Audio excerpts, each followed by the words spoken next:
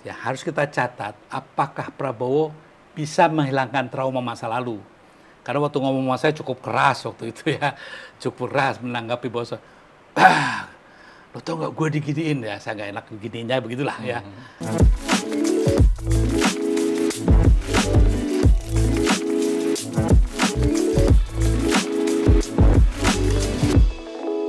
Sobat Merdeka, bertemu kembali di ODK Channel. Channel obrolan saya, Yayan Sopian dan Eros Jarot. Pemilihan presiden baru akan berlangsung 3 tahun lagi. Tetapi sejumlah nama sudah mulai dimunculkan, digadang-gadang atau setidaknya dipandang sebagai orang yang berpeluang menjadi kandidat calon presiden. Salah satu nama yang sering disebut dan dianggap punya elektabilitas yang bagus adalah Prabowo Subianto. Nah, pertanyaannya, dalam konstelasi politik saat ini, kalau Prabowo Subianto didorong kembali menjadi calon presiden, itu posisinya di mana? Ini yang akan menjadi topik obrolan kita kali ini.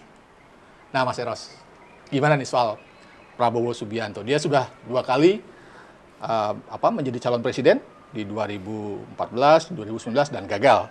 Tapi namanya selalu muncul di sejumlah survei dan dianggap punya elektabilitas yang bagus gitu ya. Mas Eros ngelihat ini gimana, Mas? Ya, yang sudah 2 kali nggak boleh kan kalau udah jadi presiden.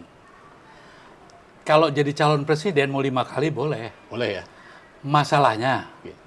sudah 2 kali gagal, mau maju lagi, memang sangat menarik, gitu.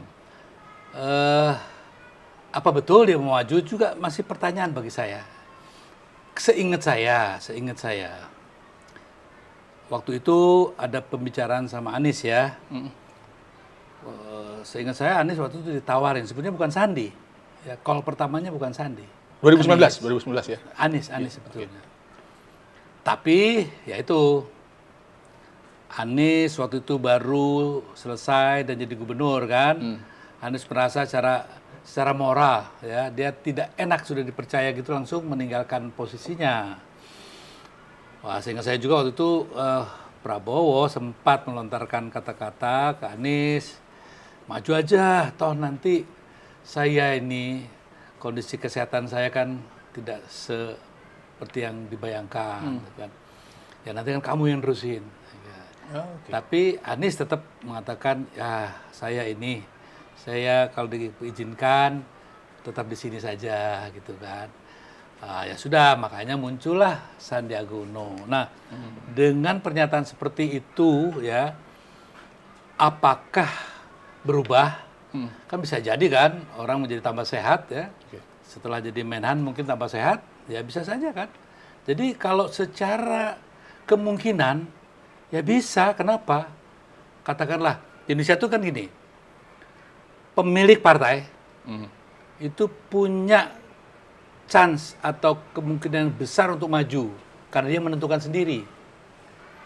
Kalau hanya ketua umum partai, Oke. nah itu masih harus ada kompromi. Ada 2 hal yang berbeda ya, Mas? Pemilik dan ketua ini. Iya. Kalau saya melihat kayak bangsa Mas SBY gitu kan, Mbak Mega itu pemilik partai ya. Jadi bisa saja. Tapi Golkar tidak bisa seenaknya gitu. Dia harus gitu. Tidak bisa tegak lurus. Megawati tegak lurus, Prabowo tegak lurus, SBY nggak bisa ya. Nah, jadi bagaimana konstelasinya ya seperti yang kita ikuti perkembangannya ya. Setelah dia menjadi calon presiden dan kemudian menjadi menhannya Pak Jokowi, tentunya pendukung yang dulu secara fanatik mendukung beliau ya, kan pasti akan bertanya-tanya gitu kan. Haruskah saya mendukungnya lagi? Atau bahkan sebaliknya akan mengatakan tidak, pokoknya enggak dia gitu. Jadi sebetulnya pendukung yang fanatik itu ya, Prabowo saya sanksikan dia mempunyai pendukung fanatik seperti yang 2019 ya. Nah, kalau pendukung Jokowi itu kan ada rootnya partainya dan dia orang partainya kan di PDIP. Jadi hal yang sama juga kalau nanti gitu siapapun yang diajukan oleh PDI yang tidak nomor 1, hanya nomor 2. Itu pun bukan berbeda. Jadi kalau konstelasinya, kalau Prabowo itu, kalau di kalangan kaum nasionalis yang tradisional ya, Oke. yang tua-tua gitu, coupling masa lalu ya antara PSI dan PNI itu masih ada irisan-irisan itu ya. Nah, garis yang di bawah itu mungkin masih juga menyisakan ya kesan 2019. Ya, sehingga saya juga melihat pasar dukungan itu ya, saya tidak melihat sesolid yang lalu ya. Walaupun nanti tentunya ditentukan ya, kalau memang dia maju, justru faktor penentunya nanti wapresnya kalau menurut saya ya. Jadi tergantung dengan siapa dia berkoalisi. Ya, betul. Kemarin muncul nama memasangkan Prabowo ini dengan Puan. Mas Eros melihatnya bagaimana?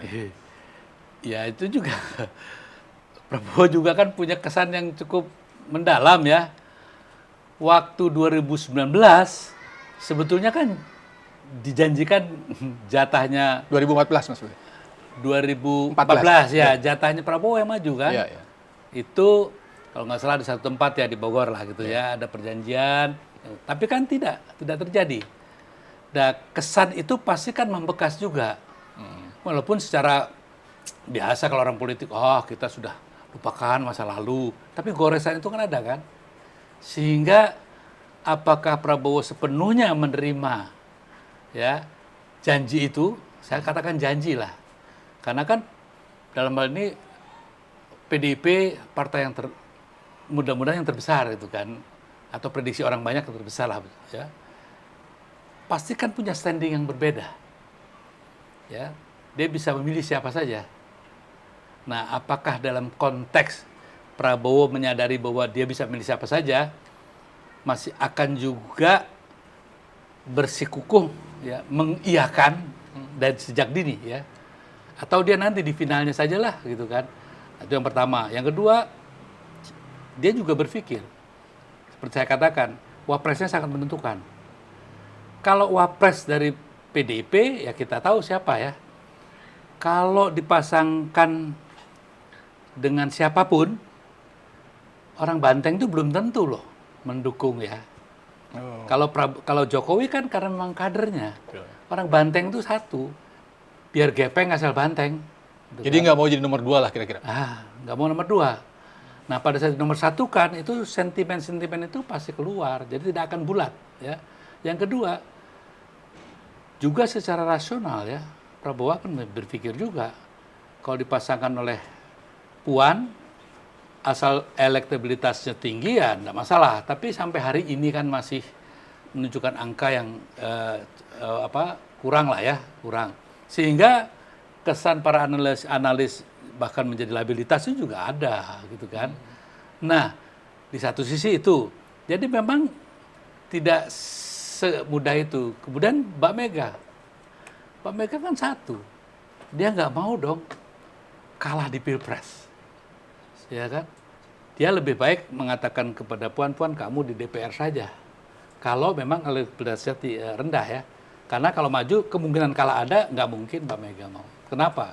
Kan presidennya sudah ada. Waktu diyakinkan bahwa kalau Mbak Mega maju, wah ada kemungkinan Mbak bisa tidak terpenuhi keinginan untuk memenangkan Pilpres yang diusung PDIP, versi PDIP. Nah begitu Jokowi, itu kan tanda bahwa Mbak Mega dalam konteks Pilpres akan rasional dalam pertimbangan kalau nggak menang lebih celaka nanti PDIP-nya, termasuk dianya sendiri ya, delosor lah gitu ya. Saya nggak yakin dia mau mempertaruhkan sejauh itu. Gitu. Tadi Mas Eros kan meragukan jika Prabowo dipasangkan dengan Puan, Mas Eros kelihatannya ragu bahwa 100% orang Banteng akan mendukung, mungkin ada sekian persen. Tapi kalau katakanlah itu sudah merupakan perintahnya Megawati, apa nggak ada jaminan? Perintah Megawati itu berlaku untuk ya fungsionaris partai, ya yang terkait. Kalau massa ya itu kan sentimen-sentimen itu ya bisa dihilangkan dengan trauma-trauma masa lalu atau figur ya. Kasarnya gini, kalau orang Jawa bilang, lo ngopo, mau dadi wakil males aku, prek gitu ya kan orang Jogja bilang. Jadi belum tentu juga. Gitu. Tegak lurus itu hanya kalau umpamanya gini loh, Megawati menentukan jadi presiden dari ini. Nah, seluruh fungsionaris yang mempunyai suara ya, yang sebetulnya punya suara, padahal suara itu nggak pernah ada, ada jadi Megawati gitu ya. Itu yang tegak lurus. Tapi umum itu cair, kalau menurut saya masih cair ya. Jadi bukan belum jadi agama lah PD ini, gitu kan. Maksudnya perintah ketua partai itu tidak bisa mendirect pemilih itu, Mas? Saya yakin saya lebih ke sana, lebih cenderung ke sana ya. Bahwasanya ada yang namanya istilah saya itu pemilih bonggol, itu artinya modal dasar ya. Yang sampai kalau dari keseluruhan 100% ya, rasanya 30% atau ya 25% itu ada. Tapi untuk 75%-nya ini masih rasanya tergantung. Begitu Jokowi ya 90%, bahkan mungkin 98% gitu ya. Tapi begitu bukan, wah ini apa, bukan kader kita kok gitu. Nanti juga apalagi ada pengalaman, wah nanti kalau jadi presiden kita ditinggalin gitu kan. Banyak yang sudah jadi bupati, yang ngusung partainya ditinggalin, dia pindah ke partai lain. Itu juga catatan, rakyat itu kan makin nggak bodoh. Jadi rakyat itu bukan boneka yang bisa di-setel pakai mesin gitu ya. Tapi sudah perjalanan-perjalanan berpolitik ya masuk dalam kancah perpolitikan pilpres itu kan sudah sekian kali. Dan itu kan ada peningkatan pemahaman rakyat terhadap, contohnya nih, sekarang begitu ada kadrun, ada cebong, kok Jokowi menerima Prabowo gitu kan? Kan juga itu satu pelajaran bagi para pendukung nanti ya. Sehingga hal-hal yang komitmen langsung ke rakyat dan juga yang meyakini dirinya akan lebih dominan daripada perintah atasan. Saya yakin itu. Katakanlah Pilpres 2019 terjadi lagi di 2024 dalam artian PDIP punya calon sendiri, calon presiden sendiri, tapi di sisi lain Prabowo juga didorong dan bersedia menjadi capres. Kira-kira dalam amatan Mas Eros, koalisi yang akan terjadi itu kira-kira seperti apa nanti, Mas? Gini loh, kalau soal koalisi itu tergantung nanti presidential threshold-nya ya. Dari pertama memang sudah didesain tuh untuk hanya dua kandidat. Tapi jangan salah, waktu itu posisi Golkar kan lemah, sehingga ya udah nemplok aja deh gitu kan ya. Tapi sekarang kan juga bisa jadi kartu permainannya Pak Jokowi juga sebagai kingmaker, ya kan? Supaya ada bargaining lebih tinggi lah dengan PDIP, supaya nggak bilangin kamu petugas partai terus-terusan gitu kan. Jadi ada kemungkinan. Jadi kemungkinan 3 masih terbuka sekarang. Karena desain untuk 2 terlalu gegabah. Sebetulnya memang sekarang kan kayak Perludem juga mengusulkan 0 gitu ya. Atau setiap partai bisa mengusung. Atau komprominya samakanlah sama parliamentary threshold gitu kan. Tapi kan sudah ada semacam tanda kutip ya, kesepakatan bersama gitu ya. Tinggal tunggu keputusan bahwa undang-undang pemilu yang lalu akan dipakai sekarang. Artinya kan 20% itu masih menjadi ini. Artinya Golkar, PDIP, dan Gerindra ya mempunyai modal yang cukup untuk masing-masing mengusung calon sendiri. Mengusung calonnya sendiri. Kecuali punya PAN mau ngambil calon sendiri, itu masih jauh. PKS pun begitu, ya kan? Tapi kalau yang 3 ini masih yang PDI cuma 1 partai bisa jalan. Gerindra mungkin perlu 2 partai, ya. So is Golkar. Jadi kemungkinan itu tergantung nanti posisi wapres yang akan diusung oleh PDIP. Ya. Kalau wapresnya diusung oleh PDIP, Nah, mungkin yang lain masih tertarik nih. Hartarto kayaknya kok Erlangga nggak mungkin deh jadi diusung oleh ini ya toh. Makanya dia tahu diri.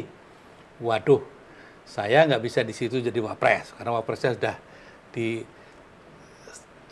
sama Puan, ya kan? Nah, sebaliknya di Gerindra, kalau Gerindra bisa, gitu, dan bisa menentukan nanti siapa pendampingnya, ya, dan dianggap elektabilitasnya. Atau sekarang ikut PDIP sama saja, gitu kan? Sama saja kok, gitu. Kalau menurut saya ya, apakah mesin partai akan bekerja begini-begini?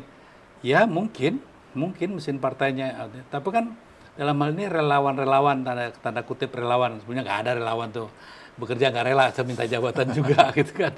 Itu juga sangat menentukan, ya. Sehingga menurut saya ya, kemungkinan 3 ada, ya, terbuka. Karena dulu Pak Jokowi memang desainnya 2, memang didesain untuk 2. Pada waktu itu desain. Ya, dan bahaya kalau sekarang 2 lagi nih, seperti yang kalau nggak salah Pak Sekjen tuh ya, 2 ini udah, ya menurut saya udah nggak belajar aja dari sejarah gitu kan, bahwasanya 1 dengan 2 itu nanti benturan tidak terhindarkan lagi. Kadrun cabung dilestarikan sampai 25 tahun ke depan, jangan-jangan gitu ya. Karena susah ininya. Tapi kalau nanti sudah ada polarisasi gitu ya, itu mungkin tidak separah ini gitu. Nah kalau 2 itu tadi gitu ya, nah itu makanya yang partai-partai besar pasti bergabung. Begitu 3 bergabung ya sudah pasti 2, kayak gitu. Nggak mungkin 3 lah. Tapi kalau masing-masing mempunyai kepercayaan diri ya untuk bisa maju sendiri, atau juga nanti kalau bisa bergabung, kan sudah ada presidennya. Jadi kemungkinan untuk takut ditinggalkan, tidak dapat kue kekuasaan itu mengecil. Oh, bisa bergabung kok gitu. Sandiaga Uno masuk. Itu calon Wapres loh itu ya. Prabowo masuk. Jadi sudah ada presidennya sehingga nanti untuk mereka bertarung 3 sekalipun tidak masalah. Kalau kalah pun masih bisa bergabung. Sehingga saya yakin hal itu juga membuat para pimpinan partai juga lebih berpikir ulang ya untuk hanya 2. Karena tahu juga dengan 3 kan siapa tahu dia nomor 2 bisa bargainingnya bisa lebih tinggi tuh. Seperti itulah kira-kira. Nah, bicara soal kepercayaan diri ini, Mas. Kalau tadi ada kemungkinan kalau Prabowo menggandeng dan kalau bersedia gitu, misalkan Puan atau perwakilan dari PDIP ada kemungkinan tidak 100% para pendukung Banteng akan ikut memilih gitu. Nah, bicara soal kepercayaan diri ini, kan ada tokoh lain yang sekarang juga muncul, Mas. Anies Baswedan. Ya. Dalam pengamatan Mas Eros nih, apa yang terjadi jika Gerindra cukup percaya diri membawa Prabowo sebagai capres dan menggandeng Anies Baswedan sebagai calon wakil presiden? Ini kan akan mengingatkan kita pada 2019 ya, Mas. Kalau Mas lihatnya gimana, Mas? Ya bisa saja, kenapa enggak? Gitu kan. Kenapa enggak gitu kan? Kalau nanti juga diperlukan cuma 2 partai ya. Gerindra perlu 2 partai atau 1 partai besar lagi 1 gitu ya, udah cukup gitu kan. Iya. Nah tapi kan persoalan yang saya katakan tadi gitu kan, apakah Prabowo ini sudah menerima bahwa janjinya PDIP itu tidak mungkin seperti janji PDIP yang lalu gitu loh, ya kan, atau janjinya Mbak Mega. Karena saya yakin Mbak Mega perhitungannya nggak seperti orang yang sangka lah bahwa dia tuh nggak bisa ngitung, apa bilang gitu. Dia sangat menghitung kok, buktinya dia berani mundur kok, dikasihkan ke Jokowi, itu kan dia menghitung, kalau dia maju belum tentu saya menang, kasih ke sana. Sama saja walaupun anaknya, ya, walaupun BG orang dekatnya, kalau nanti sampai tidak bisa menangkan PDIP, saya nggak yakin. Jadi kalau sekarang itu kayak Ganjar, sekarang udah mulai diem lagi, nggak apa, jalan aja, kenapa sih? Kok dia rasional kok, nggak masalah gitu. Kalau menurut saya ya, kalau Ganjar nggak usah sekarang kayaknya kok, wah, membaik-baikin sama Puan, nggak penting kalau menurut saya itu. Yang penting kerja aja, elektabilitasnya tetap moncer, ya mikir dong gitu, nggak mungkin gitu. Jadi gini loh, sudahlah kesan bahwa Mbak Mega tuh kokoh gitu ya, Mbak Mega tuh pokoknya harus anaknya atau harus orang dekatnya. Buktinya Jokowi itu orang dekat dari mana? Itu kan bawahannya jauh waktu itu ya. Tapi diberikan. Jadi tolonglah dalam hal ini saya juga sangat sayangkan kalau Ganjar terus jadi melempem gitu ya. Jangan jalannya terus, nggak masalah itu. Kalau menurut saya ya. Jadi nggak usah itu sentimen-sentimen yang ada orang yang katanya kalau Ganjar maju nanti dia mau mundur gitu ya. Bang Mega saya tahu benar sifatnya nggak suka gitu ya. Kalau mundur aja gitu, gak ada urusan itu ya tuh. Jadi maksud saya ingin sekali bangsa ini mendapatkan yang terbaik lah. Apakah itu Puan, apakah Ganjar, apakah Anies. Kalau saya pribadi nggak ada masalah ya. Jadi saya pikir yang terbaik gitu ya. Sudahlah, maju aja, jalan aja gitu. Kalau punya Ganjar, tampil aja lah di sosmed ya sesering mungkin. Begitu juga ayo Puan. Nah, hanya kepada kasus Prabowo ini ya harus kita catat apakah Prabowo bisa menghilangkan trauma masa lalu. Karena waktu ngomong sama saya cukup keras waktu itu ya. Cukup keras menanggapi bahwa lo tau nggak gue diginiin ya, saya nggak enak begininya begitulah ya. Nah, apakah dia sudah berubah?